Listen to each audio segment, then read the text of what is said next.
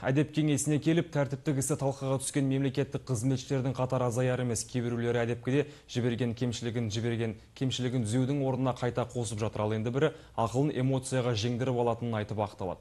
Шын мәнінде кемшілігін түсініп жатқан шенеунік қатары тым аз. Әдептен аттауға не себеп? Әсіресе аудандағы ахуал алаңдатарлық. Тендерден бір сүрінеді, пара алумен бір бүлінеді. Былтыр бір ғана Қазалы ауданында 83 мемлекеттік қызметші жауапқа тартылған. Жыл басынан тағы 6-ы жазаланып үлгеріпті. Жүргізілген жасырын тергеу әрекеттерінің нәтижесімен Тропикал кафесінің ішінде азамат Өмірзақовпен кездесіп, Сисенов өзінің пара ретінде сұраған 700 мың теңге ақшаны Өмірзақовтан алып, сол жерде Сисенов сыбайлас жемқорлыққа қарсы іс-қимыл басқармасының қызметкерлерімен тоқтатылып, оқиға орнын қарау жүргізу барысында аталған 700 мың теңге ақша сол жерде Сисеновтың отырған көрпесінің астынан айғақ ретінде алынған.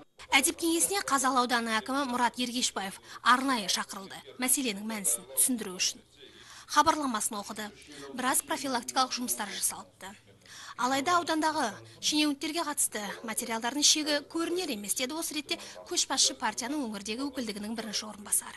Осы мемлекет қызметшілер арасындағы қылмыстық мәселелер, сыбайлас жемқорлыққа қатысты хабарламашы айтқан кезде Қазалы ауданында әрі жалғасуда дейді. Мен түсінбедім, біраз жұмыстар істеліп жатыр, олай болмау керек, тыйылу керек қой. Өзіңіздің пікіріңізді тыңдап келеді де осы жөнінде. 17 жылмен салыстырғанда 36%-ға азайды бұл жол.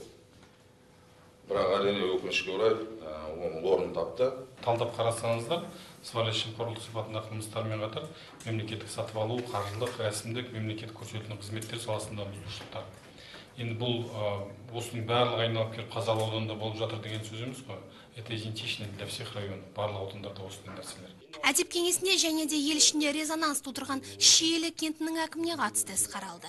Есеп беретін залдың сыртында осы жағдайды түсіріп жүрген біздің түсірілім тобымызға бұйыра сөйлеп жегіп жүр.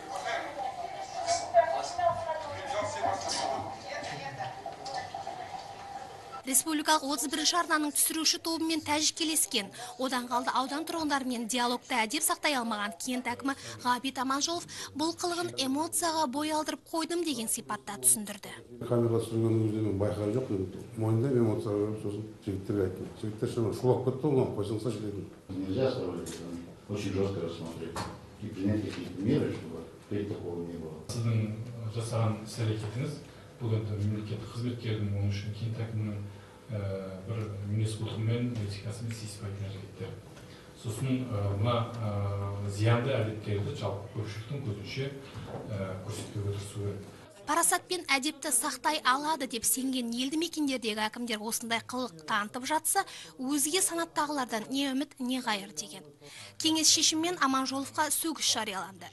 Бас шайқататын жайттер баршылық жалпы. Сегодня в Совете по этике рассматривался вопрос, заслушивался отчеты акимов некоторых районов. Бүгін бір қатар аудан басқарма басшыларының есебін тыңдадық. Ішкі мемлекеттік аудиттің өкілі ретінде айтарым, әлі де аудандарда жүйелі қаржылық бұзушылықтар орын алып келеді. Әрине кей ауданда ілгерулер бар, ал кейбірінде керісінше кеткен кемшілікті түзеудің орнына одан әрі қаржылық құқық бұзушылыққа жол беру дерегі көрініс табуда. Осы мәселе алаңдатады. Айнұр Тұңғышбаева, Бекболат Әбденов, Төрехан Қожахметов, Қызылорда телеарнасы.